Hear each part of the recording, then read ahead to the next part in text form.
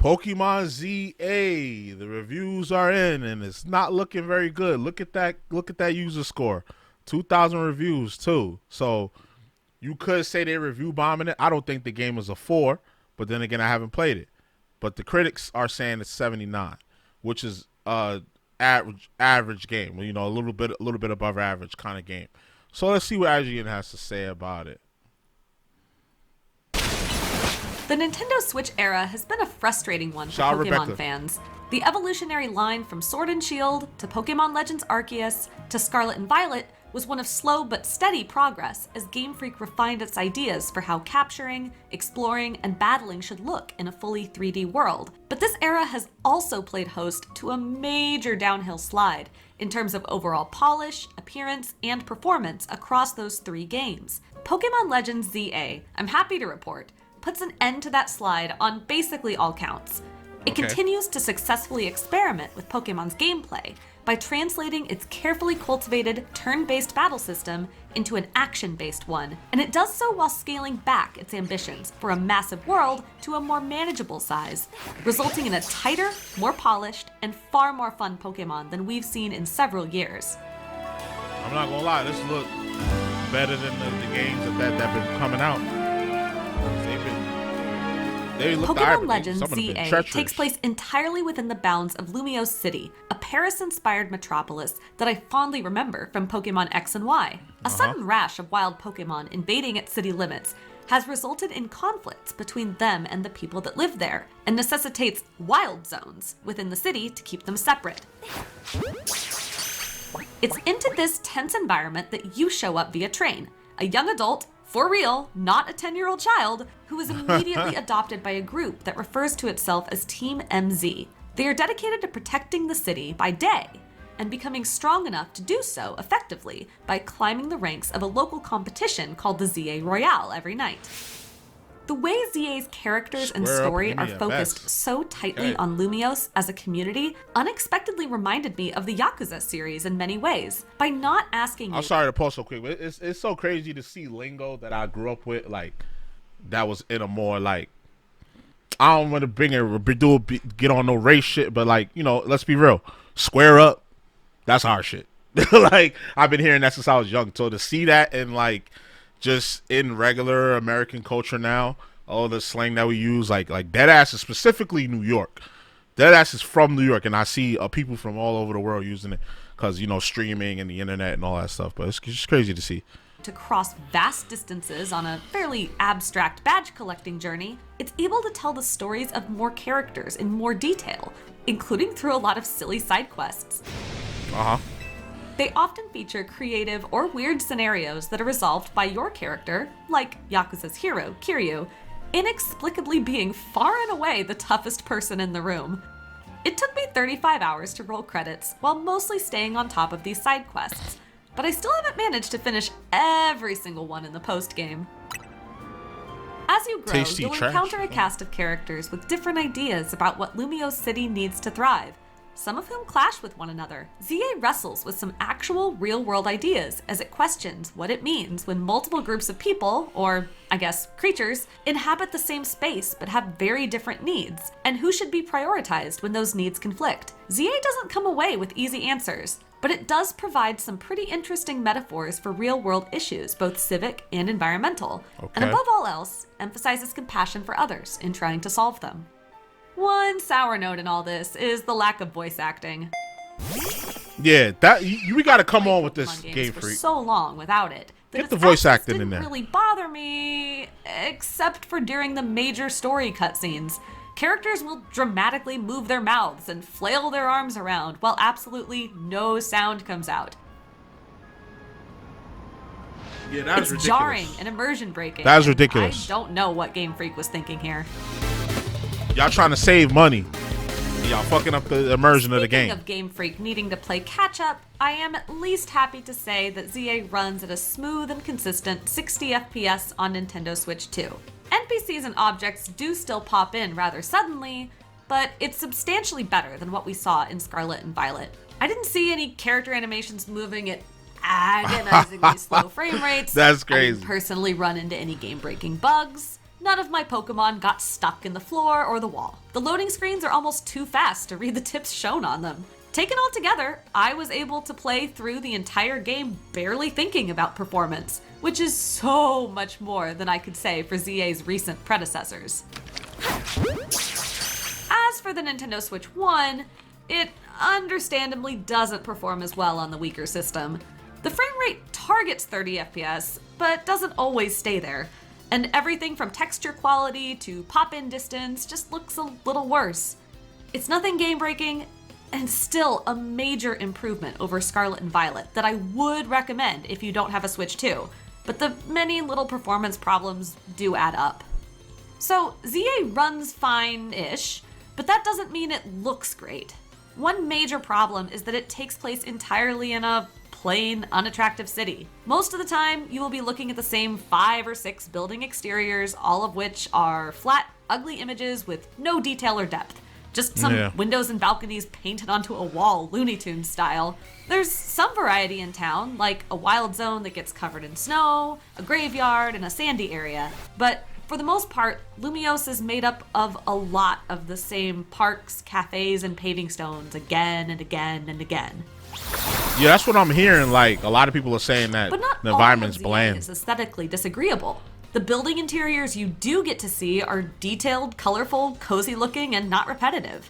Character models are more expressive than before too, and there's a wider visual variety in NPC designs, thanks to small, long overdue touches like distinct facial features and differently colored outfits within trainer classes. Your own character's face customization capabilities continue to improve from past games as well. Outfit customization is pretty good, with lots of options to choose from, no gender-locked clothing, and the ability to mix and match colors of jackets, shirts, belts, and other items in certain cases for a wider variety of looks.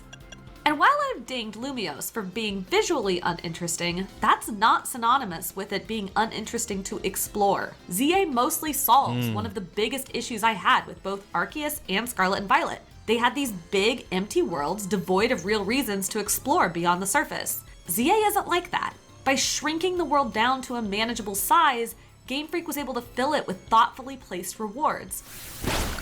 Sometimes those are items, such as TMs or collectible, colorful screws that wait at the end of rather amusingly cumbersome platforming segments. But more often, those rewards are rare Pokemon. While most are confined to wild zones, some monsters do still lurk in the city's streets, and they're genuinely exciting to find. Now, what we need to do is put it all together, because I was a couple of thoughts going through my head, because I did a little bit of research before looking at this video, and I saw some other creators reviewing it, and I saw that they were saying that you can't go inside a lot of the buildings. Like, there was this cafe that this one gamer went up to, and instead of going in and sitting down and ordering, there was a waiter standing outside to take his order. And it's not like they didn't even go in there. And, you know, before Pokemon games, you could walk in every building inside the town, and it had details in the store. So if we can get it right on that scale, why don't we take a little bit more time and effort and resources to get it right on the bigger scale? She said you can go into some places, but only a few places. You know, so why can't we have the big open world plus the depth and variety where you can go inside of places, and it has these little nooks and crannies and extras that we're doing? Like, we need to do that. I think that the Switch 2 is capable of handling such a game, and I know for a fact Game Freak and Nintendo have the budget to make a game such as that. At first, you'll only see common Pokemon, but explore enough and you'll start to find alleyways, courtyards, and rooftops hiding rarer, more exciting monsters. It's moments like these that really flesh out Lumiose and make it such a delight to explore. ZA's most revelatory change is to the battle system. Pokemon is an action game now. It's genuinely impressive how well Game Freak managed to translate a familiar system of monsters, moves, status effects, items, and types into a completely different genre. Your Pokemon will follow you by default, giving you an indirect and interesting way to control their positioning somewhat and even dodge your opponent's moves. If you hold down ZL, they will instead square up with the opponent, and you can select and use moves. If you're in a battle against a wild Pokemon, you'll need to do all this while also moving your character out of danger, as they can damage and even knock you out. adding an That's kinda interesting crazy. layer of strategy to how you position yourself just got and Pokemon thus your attacking monster trainers. for optimal offense and defense. The indirect movement system, while a little clunky to get used to, introduces an interesting strategic layer of positioning as you play with the flow of dodging and attacking. The moves themselves are delightfully complex in both their variety and the ways Game Freak has changed them to fit the action genre while keeping their spirit alive.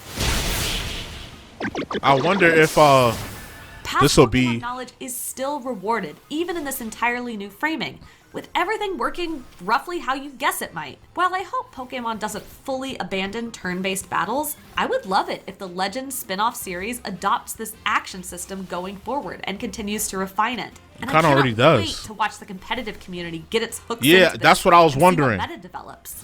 like the competitive community, are they going to get active Until on then, this? we have the campaign's own challenges to overcome. Even casual players are likely to breeze through some of it. The ZA Royale, for instance, has you collecting points by defeating trainers until you get enough to instigate a promotion match and move up a rank.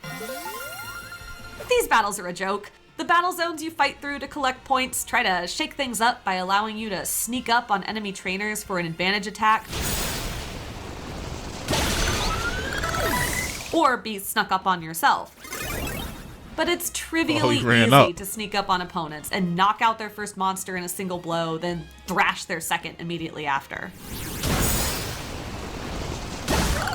It's not all a walk in the Poke Park. You'll still find challenge in other places, such as wild areas, where a powerful alpha Pokemon can summon a gang of smaller guys to overwhelm you if you're not careful. Most difficult and most fun are the story battles against rogue mega evolved Pokemon. So I wonder, These can you monsters call are out multiple big and Pokemon? mean, deliberately Probably going not. directly after your trainer a lot of the time and forcing you to carefully balance dodging attacks yourself and positioning your Pokemon well to slowly whittle down a big health bar. Some of the rogue mega Because evolutions there is such a thing as tag battles and double battles and triple battles. So there should have been a system to where you could do that. But I guess it would be hard to control 3 Pokemon on the fly. I guess you would have to switch your control between each Pokemon, and the other ones just have like auto commands. have devastating second phase attacks, and Game Freak really goes out of its way to ensure all its new mega evolutions get their moment to shine through these encounters. Just wait until you see Mega Starmie. No, I'm not liking Megastar. Pokemon It Legends looks stupid ZA as hell. finally feels like Game Freak hitting its stride in Pokemon's 3D era. Lumiose City may not be visually thrilling, but exciting Pokemon encounters, well-written characters, and amusing side quests still make it fun to explore. While also Lit serving Leo. as the ideal vehicle for a more And intimate Frost. and emotionally mature Pokemon story. ZA's total battle system overhaul, from turn-based to action, also works surprisingly well, managing to be intuitive for series veterans and engaging to play casually, while introducing all sorts of intriguing possibilities for deeper competitive play. And while ZA could use a little performance help on the Switch 1, it's a marked improvement from its predecessors, and significantly better if you're playing on Switch 2. After several years of putting the controller down with a deep sigh at the end of a Pokemon review, it sure is refreshing to once again be excited to keep playing for hours more. Executive reviews. I really don't think the game should be $70. That's really what's pissing me off, is that the game is $70. But this is the world we live in. You know, Nintendo ain't gonna let up. They're gonna get their bread, which is crazy. But let me do my little 1-2 real quick. Hold on. Pokemon Legends ZA. So far from what I'm seeing, the game, the battling is the most important part that I'm been looking forward to, and it looks cool. Apparently, you know, this environment, Lumiose City, they've stacked it with little things and tidbits for you to find, so that you're not getting bored. I heard some gamers say that the environments are boring. So I don't know. I'll have to look into that for myself. When I do get it, I'll definitely I'm gonna have to post some content on it, because I gotta make my money back on this, because I don't even think they should be charging $70 for it. But hey, this is the economy. Like I just said, this is the economy we're in. This is what Nintendo wants to do. But yeah, I think this right here is the highlight of the game here. the gameplay. Again, like I mentioned earlier, I'm interested to see how Zygarde gets to involved into the story. Yeah, so y'all let me know how y'all feel down in the comments. You already know the vibes. Like, comment, subscribe, all that good stuff. It's your boy JusticeXFalls, and we out. One.